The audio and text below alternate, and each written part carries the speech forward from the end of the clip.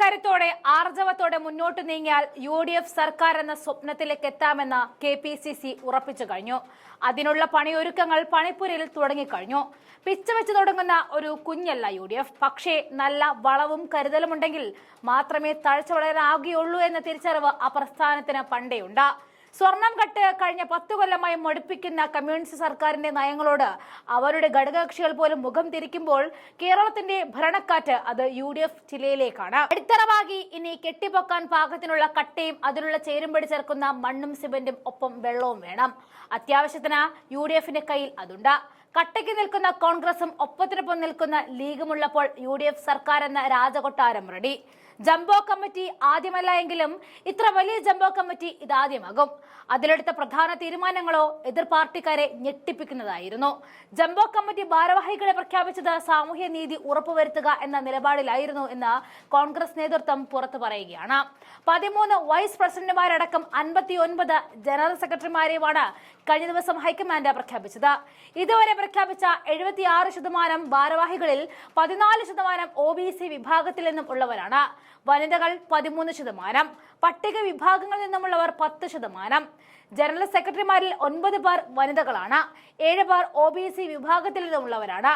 പട്ടികജാതിയിൽ നിന്നും 4 പേരും പട്ടികവർഗ വിഭാഗത്തിൽ നിന്നും ഒരാളും ജനറൽ സെക്രട്ടറിമാരായി.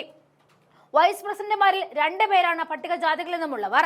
രമ്യ ഹരിദാസ് വൈസ് പ്രസിഡന്റുമാരിലെ ഏക വനിതയുമായി. സംഘടന കെട്ടിപ്പടുക്കുന്നതിനായി ദേശീയ കോൺഗ്രസ് മാറ്റിവെച്ച വർഷമാണ് 2025. ഗുജറാത്തിലും മധ്യപ്രദേശിലും അടക്കം സംഘടനാ ഭാരവാഹികളെ നിശ്ചയിച്ചപ്പോൾ സാമൂഹ്യനീതി ഉറപ്പുവരുത്തണമെന്ന് കർശന നിർദ്ദേശമുണ്ടായിരുന്നു. രാഷ്ട്രീയ സാമൂഹ്യ അധികാരത്തിലും പാർട്ടിയിലും സാമൂഹ്യ നീതി ഉറപ്പുവരുത്തണമെന്ന നിലപാടാണ് രാഹുൽ ഗാന്ധി സ്വീകരിച്ചത്. ഇതിന്റെ ഭാഗമായിട്ടാണ് ജാതി സെൻസസ് നടപ്പിലാക്കുന്നതിനോടൊപ്പം തന്നെ പാർട്ടി ഭാരവാഹിത്വങ്ങളിലും എല്ലാ സാമൂഹ്യ വിഭാഗങ്ങളെയും പങ്കാളിത്തം ഉറപ്പുവരുത്തണമെന്ന് അദ്ദേഹം ആവശ്യപ്പെട്ടത്. അതേസമയം മുഖം മിനുക്കാനൊരുങ്ങുന്ന കോൺഗ്രസിന്റെ പ്രധാന മുഖമായി സന്ദീപ് വാര്യർ മാറുന്ന കാഴ്ച നമ്മൾ കാണുകയാണ്. പുനഃസംഘടനാ പട്ടിക ഹൈക്കമാൻഡ് പുറത്തുവിട്ടപ്പോൾ 13 ഉപാധ്യക്ഷന്മാരിലും 58 ജനറൽ സെക്രട്ടറിമാരിലും പ്രധാനിയായി സന്ദീപ് വാര്യർ മാറി.